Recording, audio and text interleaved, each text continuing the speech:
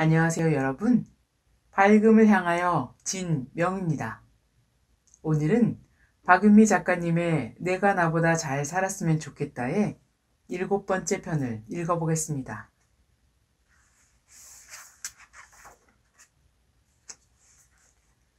7번째 편은 사랑에 대한 주제를 다루고 있네요. 읽어볼게요. 사랑하는 사람과 오랫동안 행복할 수 있나요? 대학생 된 지 1년이 넘었는데 미팅 한 번도 안 했다면서? 남자친구 사귀고 싶은 생각은 없는 거니? 아직은 별 생각이 없어요. 그리고 남녀공학이라 미팅도 잘 안 들어와요. 남자애들한테는 미팅 많이 들어오는데 여학생들은 안 들어오더라고요. 그리고 남친 있는 친구들 보면 상대방 일거수일투족에 신경 쓰느라고 전전긍긍하는 모습이 힘들어 보여요. 그런 게 연애잖아. 설레고 기다리고 얼굴만 보고 있어도 세상 다 가진 것 같고.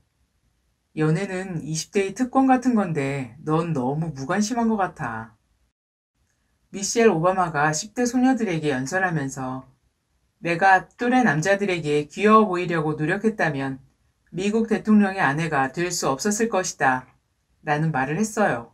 멋지지 않아요? 여자가 남자에게 잘 보여서 잘 살던 시대는 지나갔어요. 이제 여자도 능력을 키우는 게 중요해요. 그렇긴 하지만 능력만 믿고 살아가기엔 인생이 너무 삭막하지 않겠니? 삶을 함께 할 수 있는 동반자를 찾는 것도 중요한 일이야. 때가 되면 대상도 나타나고 관심도 생기지 않을까요? 그런데 누군가를 진심으로 사랑하고 그 한 사람과 쭉 행복할 수 있다고 생각하세요? 친구들 보면 커플 반지 맞추고 기념일 챙기면서 열렬히 사귀는가 싶다가 어느 날 갑자기 헤어졌다고 울고불고. 과연 오래 함께 할 수 있는 사랑이 존재할까요? 누군가를 사랑하고 그 상대와 고락을 함께하는 삶은 성숙해야 가능한 일인데 유감스럽게도 대다수의 사람들에겐 쉽지 않은 일이긴 해. 엄마도 결혼하고 10년 동안 내 선택이 잘못된 게 아닐까? 라는 의구심을 품고 살았어. 그러다 어느 날 문득 내가 결혼 생활을 제대로 해낼 수 있는 자질이 부족하다는 사실을 발견했어. 그걸 아는데 10년씩이나 걸린 거예요?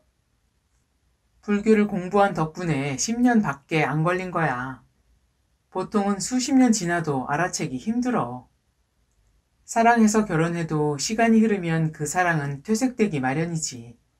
기대치에 부응해주지 않는 남편이 원망스럽지만 자식 때문에 꾹꾹 참다가 나이 들면 황혼이혼하는 경우도 많아. 진퇴양난이네요. 사랑하는 사람과 헤어져도 슬플 테고 결혼해도 힘들고. 역시 비혼으로 사는 게 제일 속편한 거 아닐까요? 혼자 살면 나 자신이 얼마나 편협하고 이해심 없는 인간인지를 시시각각 확인해야 하는 괴로움은 피할 수 있어.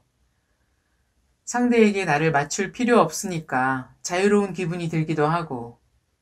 그렇지만 독신으로 살면 외롭다는 단점이 있고 무엇보다 나 자신을 연마할 기회가 적어진단다.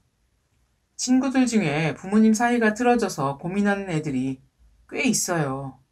특히 엄마들이 딸에게 아빠나 아빠 쪽 가족에 대해 하소연하는 경우도 많아요. 그렇다면 결혼 생활을 통해 성장하기보다는 좌절하고 상처 입는 경우가 많지 않을까요? 그럴 수도 있지. 우리는 썸을 타고 사랑에 빠지는 일련의 과정에 대해선 나름 다양한 지식을 갖추고 있지만 그 사랑이 변하는 이치와 변하고 난 후의 대처법에 대해선 거의 무지하거든. 그러니 사랑이 떠나가면 분노나 절망에 빠지고 사랑이 결실을 맺어 결혼을 해도 시간이 지나면 서로 숨막혀 하거나 누군가를 미워하는 마음이 되기 쉬운 거야. 불교를 배우면 사랑이 변하는 이치나 대처 방법을 알 수 있나요? 물론이지. 부처님은 사랑을 피하라고 하지 않으셔. 오히려 열렬한 사랑을 권장하시지. 다만 사랑은 영원할 수 없고 왜 변할 수밖에 없는지 그 원리를 설명해 주신단다. 그래서 그 원리를 알게 되면 헤어져서 슬프지만 곧 털고 일어나서 다시 내 할 일을 할 수 있는 거야. 부처님은 다방면으로 저희에게 도움을 주시네요. 사랑이나 연애 같은 주제는 어쩐지 종교에서 멀리 하라고 할 것 같은 느낌이 들거든요. 그건 불교에 대한 선입견이야. 불교는 우리가 고뇌하는 바로 그 자리를 종교의 출발점으로 본단다. 원하는 사랑이 이루어지지 않을 때, 완벽하다고 여겼던 사랑이 변할 때, 결혼 이후 생겨난 복잡다단한 문제들까지 모든 상황을 깊게 바라볼 수 있는 시각을 제공해 주시거든.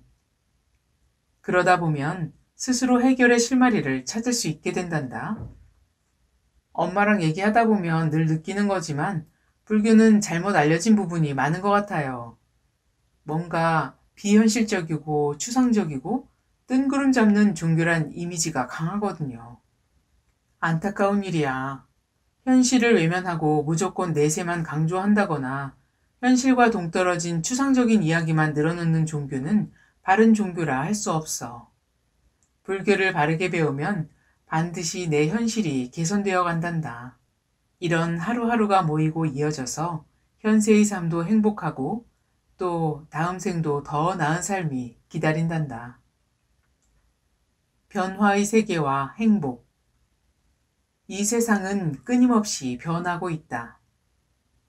우주 내에 속한 모든 사물은 시간이 흐름에 따라 변한다. 생명체는 시간의 흐름에 따라 생로병사의 과정을 통해 생멸하고 지구나 태양, 은하계는 성주괴공의 과정을 거쳐 생멸한다. 가문, 기업, 민족, 국가 등 모든 집단도 모두 흥망성쇠를 반복하며 변화한다. 마음도 생주이멸하며 변화의 법칙을 따른다. 나의 생각과 마음은 주변 상황에 의해 수시로 변한다. 역사적으로 봐도 이런 일들은 비일비재하다.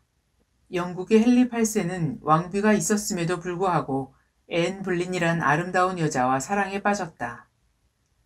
그는 이혼하고 앤과 재혼하고 싶어 했으나 당시 로마 카톨릭법은 이혼 금지 조항이 있었다.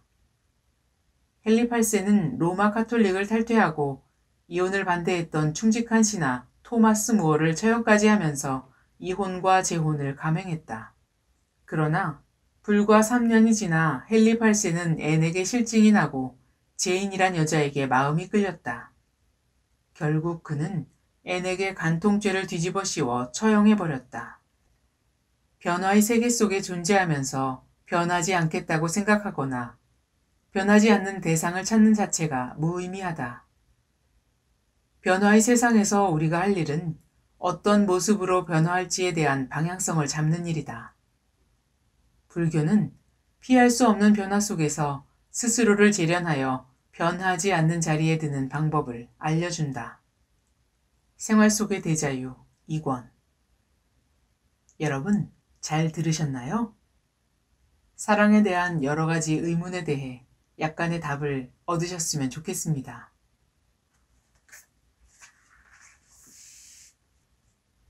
매일 지혜로워지는 우리를 위하여 진명의 책 읽기는 계속됩니다. 여러분의 관심과 사랑은 큰 힘이 됩니다. 그럼 다음 시간에 만날 때까지 안녕히 계세요.